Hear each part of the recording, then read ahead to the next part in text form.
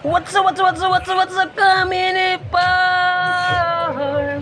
Nandito po ako muli sa inyong harapan for this video kami ni Farm. So, tutuloy na natin kami ni Farm. Di ba nakaraan kami ni Farm ng kasagsagan ng bagyo dito is naglinis tayo ng pag lalagyan natin ng bakod. So ngayon naman kami ni Farm, ngayong for this video natin kami ni Farm is ito, tatayo na tayo ng poste kami ni Farm. So nakikita nyo po, may kasama ko niyang kami ni Farm. Yan na po yung nagbibideo, yung kapitbahay namin na bata, yung na pinabideo ko para makita nyo po ako sa aking video.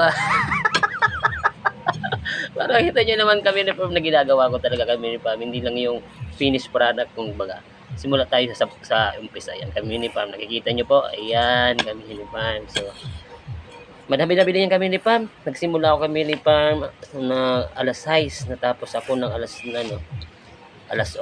So ilang oras din yun? 7, 8, 6, 7, 8. So 3 oras din ako kami ni Farm na nag-ano nyan, plus yung pagtayo ng poste ko kami ni Farm. So pag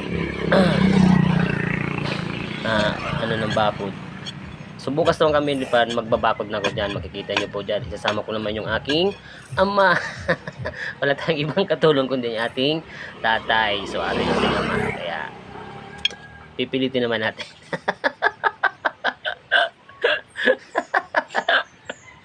Ayan po, nakikita nyo po yan. So malawak-lawak dito kami ni Farm. Ilang poste din ang naanuhan ko, bubungkal ng lupa para matayuan ng poste kami ni Farm. Para bukas, prepared na siya kami ni Farm sa pagbabakod kami ni Farm. Bali, ang pagbabakod din kami ni Farm, yung plastic lang, yung nabili ko sa Shopee. Kasi for now kami ni Farm, muna tayo budget pa. Ayan na po kami ni Farm. So ayan po, yan na yung tatayo natin ng poste kami ni Farm. Malalaki yung kami ni Farm. Dito lang yung kami ni Farm, bandang baba kami ni Farm sa aming bahay. Kinuha ko po yung malubago. Hindi ko alam kung tawag sa inyo malubago yan na puno. Yan ako kasi nabubuhay daw yan para naman matibay yung ating hindi yung ilang buwan papalit na naman tayo ng poste kasi hindi na siya madali na mabali. Ito kami ni Pam, sabi naman nila nabubuhay daw itong malubago pag ginagawang poste kasi yung madali kakao kami ni Pam walang available dito sa ating mga kasi maliliit pa kami ni Pam, so hindi pa siya pwedeng gawing poste kami ni Pam. Ayan muna kinuha ko kami ni Pam. So umaga kinuha ko yung kami ni dito bandang baba sa amin, sa lugar namin, para may magamit tayong poste kami ni Pam, diba? Habang kami ni Pam nagpo-poste ako diyan kami ni Pam, papakita ko sa inyo ang dami kong grabe kami ni Pam ang ko. Dami kong tawag dito, yung mga ng mga sa kamay. Nangangalay kami ni Farm. Pero thankful ako kami na ba't katapos. Ayan na po kami ni Farm, yung finished product natin kami ni Farm. Ayan po, ilang poste din po yan kami ni Farm na tinayo ko kami ni Farm.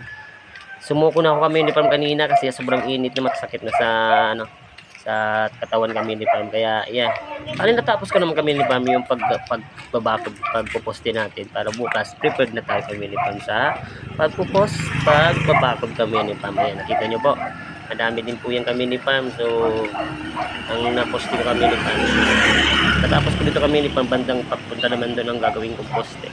Ayan, hanggang doon lang kami ni Farm. Ayan, di ba? Thank you, Ama. Natapos ko po yung ating pagpuposte. Ayan, tapos kasi may mga diyan kami, may madridi kakao na diyan kami na inalign ko lang yung kong poste para naman hindi tayo masyadong madaming pagpuposte, magtatayo ng poste. Kasi may mga na diyan dati na mga madridi kakao. Ayan, mini pan, salamat po. Thank you for watching. I love you.